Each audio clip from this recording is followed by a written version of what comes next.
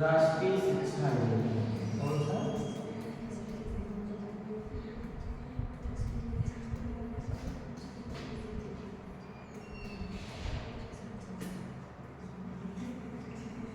और ये कौन सी शिक्षा नीति? संशोधित शिक्षा नीति। कौन सी?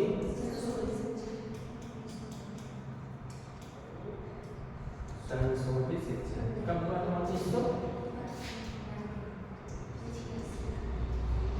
1992। और हम लोग इसमें जो संशोधित था खंड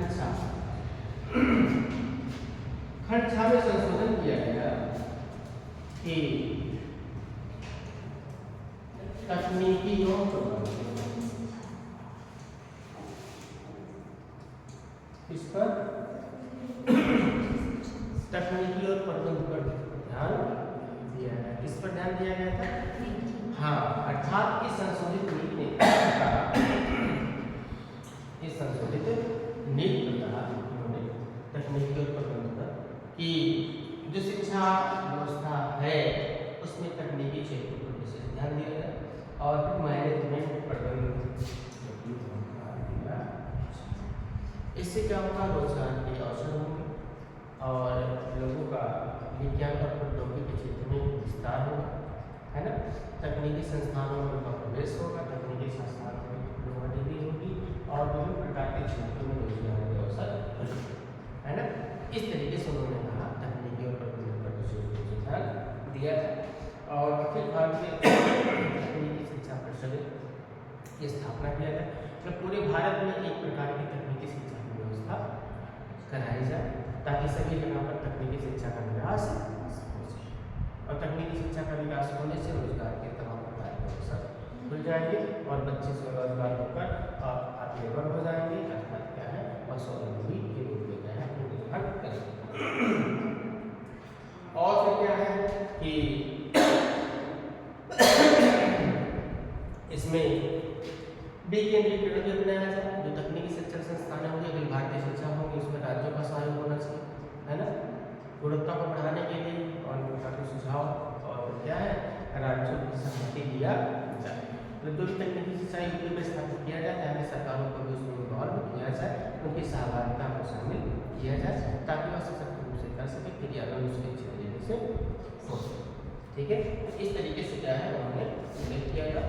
और 8वें शिक्षा के पाठ्यक्रम और प्रक्रिया का अग्रमीकरण, इसमें भी संशोधन किया गया और इसमें मेन रूप से क्या शामिल कर दिया था? पॉपुलेशन एजुकेशन, है ना।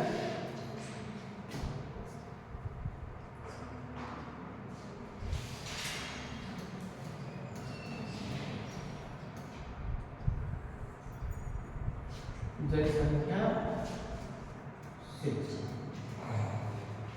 आप इसको मालूम होगा सबसे पहले जनसंख्या 1872 में हुआ।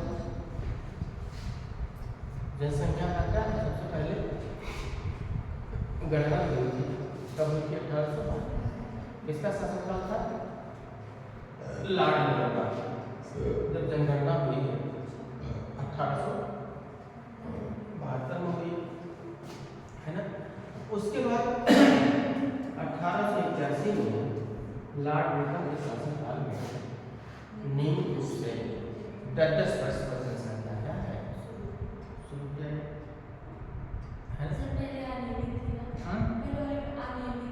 हाँ, पहले वाली सुव्यवस्थित नहीं थी, इसलिए लॉर्ड मेलबर्न ने सुव्यवस्थित तरीके से जनगणना के संबंध में कार्य किया और उन्होंने 1881 से नियमित रूप से जनगणना कराई और 1921 ऐसा प्रथम वर्ष था जब तजदी हुई। इसी में प्रथम विश्व युद्ध भी हुआ था जिसका प्रभाव 1419 के बीच में प्रथम विश्व युद्ध हुआ था और इसका प्रभाव आपातकाल अनेक प्रकार किया। सबसे पहले 1921 में जनसंख्या में बढ़ोतरी हुई थी, मतलब 10 साल में कोई जनसंख्या में बढ़ोतरी नहीं हुई, अर्थात इसकी वजह पॉपुलेशन, आपातकालीन, सूखा, महाविभाजक वर्ष माना जाता है, ना। और अनेक प्रकार के विश्व युद्ध में भारतीय लोग मारे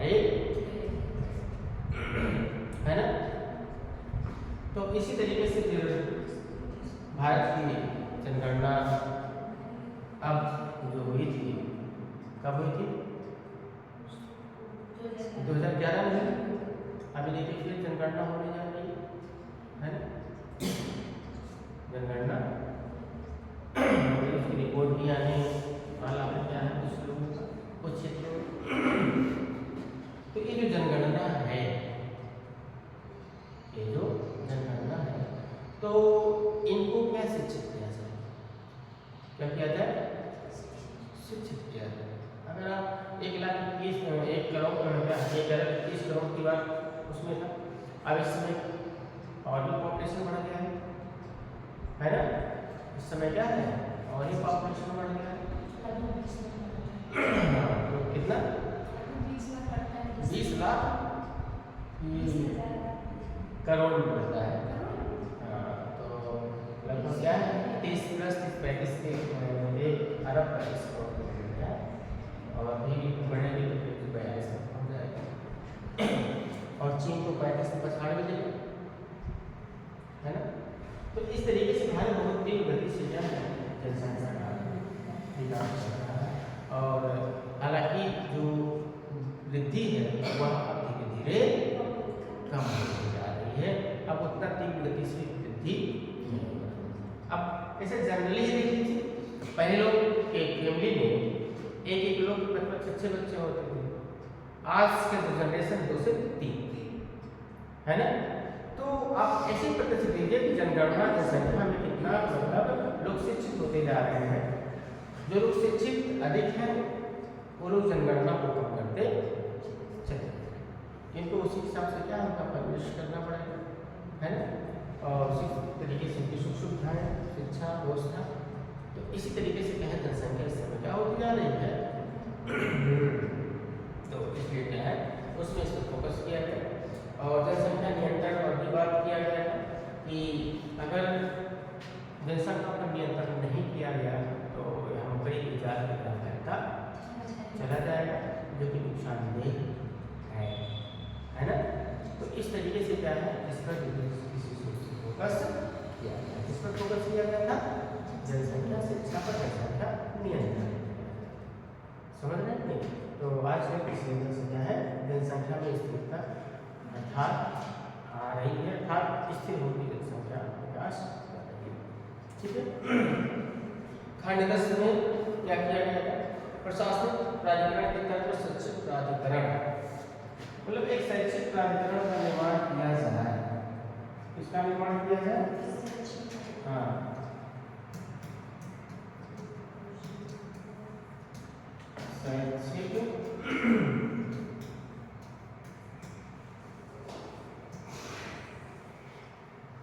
शैक्षिक प्राधिकरण, इसकी बात किया जाए। हाँ, शैक्षिक प्राधिकरण की बात किया जाए, अर्थात जो शिक्षा है उसको एक अथॉरिटी चीज बनाई, मतलब शिक्षा को एक स्वायत्तता के रूप में बनाया जाए कि वह अपना निर्णय स्वयं ही ले सके। एक शिक्षा विभाग के रूप में इसका निर्माण किया जा सकता, जैसे वित्त विभाग होता है ना? तो उसी तरीके से क्या है, एक विकास प्राधिकरण होता ही नहीं है। उसी तरीके से शैक्षिक प्राधिकरण का एक यूनिट बनाई जाए, है ना? ताकि शिक्षा की समस्याओं को, जो विभिन्न स्तर पर समस्याएं हो रही उसकी जांच कर सके, उसको देख सके, है ना? इसलिए उसमें स्वतंत्रता आ सके, स्वतंत्रता आ सके और राष्ट्रीयता आ सके। इस तरीके से क्या है कि ये व्यवस्था उसमें क्या है, लागू करने का शुरू किया गया, बात की गई, है ना? तो ये हो गया आप लोग का क्या है, जो संशोधित राष्ट्रीय शिक्षा नीति हो गई। आपको इसमें करना क्या है, खंड और उसमें क्या क्या पॉइंट है, बस इतना नोट करना चाहिए। किस खंड में किसका उल्लेख किया गया, समझ रहे हैं? हाँ, और उससे ज़्यादा डिटेल कुछ उसमें नहीं, ठीक है। 86 नई शिक्षा नीति, आचार्य राममूर्ति समिति, इसको हमने आपको पढ़ाई दिया है, राममूर्ति। और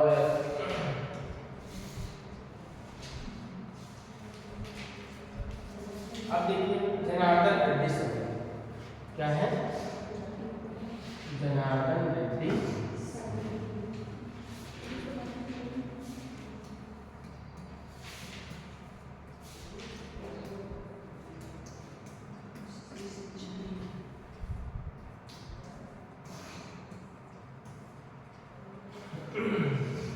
किसकी अध्यक्षता में इसका गठन किया गया था? जनार्दन रेड्डी की अध्यक्षता में एक समिति का गठन किया गया था और उन्होंने सरकार को रिपोर्ट प्रस्तुत किया। इसमें कितनी चीज़ों का उल्लेख किया गया था और क्या क्या इसमें प्रतिवेदन दिया गया था। प्रत्येक राज्य केंद्रीय अभिकरण बनाया जाए। क्या बनाया जाए? इसका पूर्ण उद्देश्य था केंद्रीय अभिकरण की बात की गई। किसकी बात की गई? हाँ, केंद्रीय अभिकरण की बात की गई। एक केंद्रीय अभिकरण क्या मतलब होता है? केंद्र में स्थापित एक एजेंसी, एक विभाग की तरह, है ना, जो इसकी निगरानी कर सके, है ना। किसकी निगरानी कर सके? जैसे आप क्या है, ओबीसी हैं, एससी हैं, एसटी हैं, माइनॉरिटी हैं, महिलाएं हैं, विकलांग हैं, वृद्ध हैं, इन सब विशेष रूप से क्या है, ध्यान है ना। इसी वजह से आप देखेंगे भारतीय संविधान के अनुच्छेद 338, 339 में अनुसूचित जाति आयोग, अनुसूचित जनजाति आयोग और अनुच्छेद 340 में अन्य पिछड़ा वर्ग आयोग की स्थापना किया गया है ना। इसका उल्लेख किया गया है अन्य पिछड़ा वर्ग, अन्य पिछड़ा कितने? 340 इसका उल्लेख किया गया है। ओबीसी का एक जो आयोग है, आपको किस अनुच्छेद के तहत उल्लेख किया गया है ना। और अनुसूचित जाति, अनुसूचित जनजाति का 338, ठीक है। और राष्ट्रपति को अधिकार दिया गया है अनुच्छेद 341 के तहत किसी भी जाति को अनुसूचित जाति घोषित कर सकते हैं। किसको अधिकार दिया गया है? किसी भी जाति को ओबीसी से एससी या एसटी से एससी बना सकते हैं। और अनुच्छेद 342 के तहत किसी भी जनजाति या जाति को एसटी बनाया जा सकता। किसके तहत?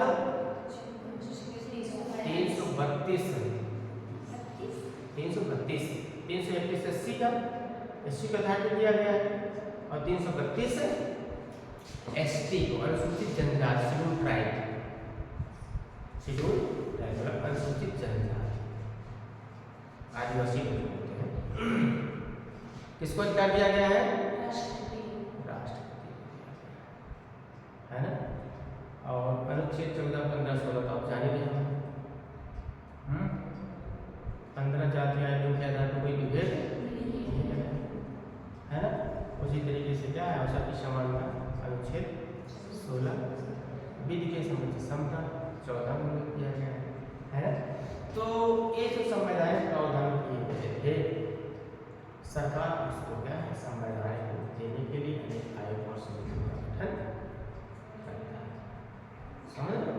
तो इस तरीके से क्या है, राष्ट्रपति को अधिकार दिया गया है।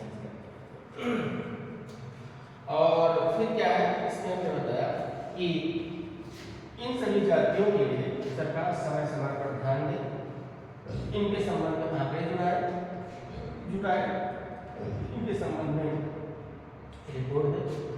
अन्य पिछड़ा वर्ग विभाग में होता है, अनुसूचित जाति विभाग होता है और अनुसूचित जनजाति विभाग, है ना। तो सरकार केंद्रीय अभिकरण के रूप में स्थापित इन सभी इकाइयों का विश्लेषण करे, है ना, विश्लेषण करे और जाने और समझे, है ना। तभी तो कुछ हो पाएगा इसके संबंध में, तभी उसका विकास हो पाएगा। ये किसने कहा था? जनार्दन रेड्डी ने कहा कि एक केंद्रीय अभिकरण की स्थापना किया जाए। एग्जाम में आया कैसे लिखना कि भारत सरकार ने 1992 में जनार्दन रेड्डी की अध्यक्षता में एक समिति का गठन किया गया था, जिसका प्रतिवेदन उन्होंने प्रस्तुत किया और उसमें उन्होंने कहा कि केंद्रीय प्राधिकरण का गठन किया जाए, जिसमें समाज के पिछड़े वर्ग, अनुसूचित जाति, अनुसूचित जनजाति, विकलांग, इन सभी लोगों के लिए सरकार रिपोर्ट तैयार करे और इनकी समस्याओं का अध्ययन किया जाए, उनकी समस्याओं को लेकर निदान भी किया जाए, कुछ कार्यक्रम लागू किया जाए, कुछ योजना बनाई जाए, कुछ नीतियाँ बनाई जाए ताकि इनकी समस्याओं का निदान हो सके। समझ रहे हैं? तो ये स्थिति उन्होंने चला, ठीक है। उसके बाद उन्होंने कहा कि क्या है, नवोदय विद्यालय जारी रखा जाए। किसको? एनबीएस।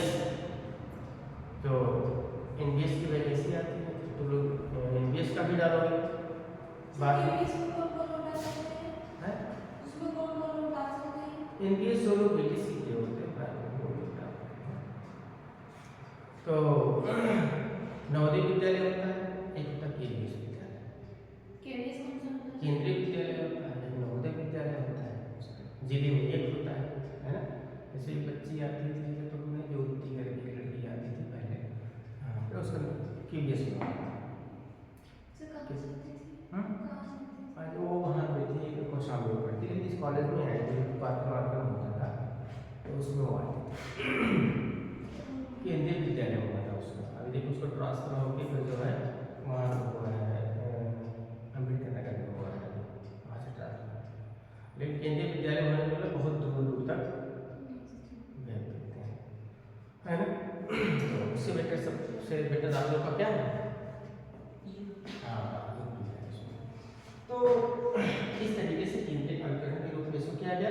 और फिर नवोदय विद्यालय, किसका? नवोदय विद्यालय एक आवासीय विद्यालय होता है। क्या होता है? आवासीय विद्यालय होता है। बच्चों को रहने, टीचरों को रहने, ये सब सारी सुविधाएं वहाँ पर होती है। आप लोग पढ़ाइए वहीं पर रहेंगे, खाना पीना सब सारी चीज व्यवस्था रहती है, बच्चों की देखभाल करेंगे, बच्चों के बीच में रहेंगे। तो क्या है, प्रत्येक जिले में एक नवोदय विद्यालय की स्थापना किया जाए। और फिर क्या है कि इसमें जो प्रवेश लिया जाए, प्रवेश परीक्षाओं के आधार पर लिया जाए ताकि इसकी गुणवत्ता बने, है ना। नवोदय विद्यालय में तो प्रवेश लिया जाए और प्रवेश के माध्यम से एडमिशन लिया जाए ताकि उसकी गुणवत्ता बनी रहे, है ना। इसलिए क्या है, नवोदय विद्यालय में क्या होता है? एंट्रेंस। क्या होता है? एंट्रेंस। और फिर किसी तरीके से वहाँ पर बच्चों को क्या है, प्रवेश, ठीक है। तो इसमें नवोदय विद्यालय की भी बात की गई, ठीक है। और जो भी विद्यालय है उस पर इन्होंने कहा कि गुणवत्ता पर विशेष रूप से ध्यान दिया जाए। क्या है? गुणवत्ता पर विशेष रूप से ध्यान दिया जाए। इस पर ध्यान दिया जाए, गुणवत्ता पर। और क्या है? संसाधनों पर ध्यान दिया जाए। किसका ध्यान दिया जाए? हाँ, गुणवत्ता पर ध्यान दिया जाए और संसाधनों पर, है ना। तो कहने का मतलब इनका यही था कि जो शिक्षा प्रणाली है, उस शिक्षा प्रणाली के जितने भी स्तर हैं, इन स्तर पर आप जो सुविधाएं दे रहे हैं, जो सुविधाएं दे रहे हैं, इन सुविधाओं को सुव्यवस्थित किया जाए, अर्थात निरंतर रूप से सुविधाएं। अगर आप उनको समुचित तरीके से सुविधाएं नहीं देंगे तो शिक्षा के स्तर में सुधार नहीं हो पाएगा, लोगों की रुचियाँ नहीं हो पाएगी। और जो संसाधन है उनको समुचित संसाधन होने चाहिए, अर्थात क्या है, सुव्यवस्थित कमरे होने चाहिए, सीट्स होने चाहिए, खेल किट्स होने चाहिए, ग्राउंड होने चाहिए, और क्या है, ये सब सारी सुविधाएं उनको मिलनी चाहिए, ठीक है। तो इस तरीके से क्या है, शिक्षा की गुणवत्ता पर भी उन्होंने फोकस किया, इसने जनार्दन है ना। हाँ, तो सारी सुविधाएं इसमें दिया जाए। और इन्होंने कहा कि आंगनबाड़ी का इन्होंने एक व्यवस्था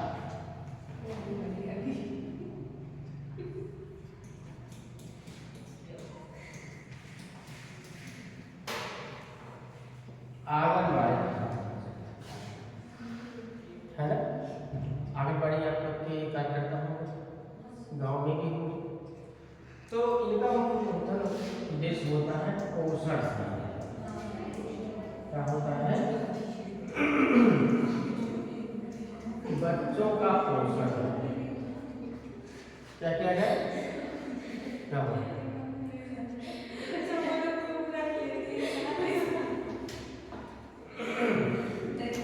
तो जो परिवार कल्याण मंत्रालय है, जो परिवार कल्याण मंत्रालय है, उसके माध्यम से जो आंगनबाड़ी कार्यक्रम चलाए जाते हैं, इसका मुख्य उद्देश्य होता है बच्चों का समुचित तरीके से देखभाल की जाए, उनकी पेट पोषण संबंधी समस्याओं को दूर किया जाए, उनके स्वास्थ्य संबंधी सुविधाओं को बढ़ाया जाए, है ना। और उनको उनके संबंध में जो विभिन्न प्रकार के रोग उत्पन्न हो रहे हैं, जैसे टीका क्या है, जैसे आंगनबाड़ी लोग जो होते हैं, कार्यकर्ता लोग होते हैं, घर घर जाते हैं, टीका लगा है कि नहीं लगा, होता है, अभी भी होता हो। एक कार्ड देते हैं, आप प्राइवेट में जाएंगे तो वही 3-4 हज़ार के टीके लगते हैं, वो उसे फ्री लगा देते हैं। बच्चों का टीका आप प्राइवेट में अगर लगवाते हैं तो आपको 30-40 हज़ार तक टीका लगेगा, 4-5 साल। और जो आंगनबाड़ी कार्यकर्ता था, आपको सारी चीज़ें फ्री में मिल जाती है। तो भाई कुछ संतर रहता होगा उसकी क्वालिटी में,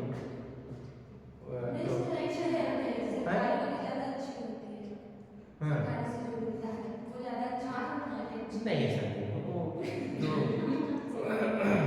वहाँ की प्राइवेट संस्थाएँ होती है, जो अमेरिका की कंपनी जिसने बनाया है, किसी बाहर के जो टीके आते हैं, जैसे 55 हज़ार के टीके आते हैं, समझ लो, यहाँ पे क्रीम लगा देते हैं, वही चीज़ प्राइवेट हॉस्पिटल में जाकर लगा होगा तो 155 हज़ार का टीका, समझ रहे हैं, बहुत टीके। तो ये जो है आंगनबाड़ी कार्यक्रम के माध्यम से टीकों का भी सुविधा कराया जाता था। पहले हम लोग को याद है, हम फर्स्ट सेकंड में पढ़ते थे तो स्कूल में टीके लगाए जाते थे, अभी भी आते हैं। हाँ, तो उसमें अब तो नोटिस दिया जाता है कि पहले परिवार वाले उसमें एग्री करें तब आपके बच्चों को टीका दिया जाता है ना। अब और पहले क्या होता था कि विद्यालय में आ जाते और पकड़ के क्या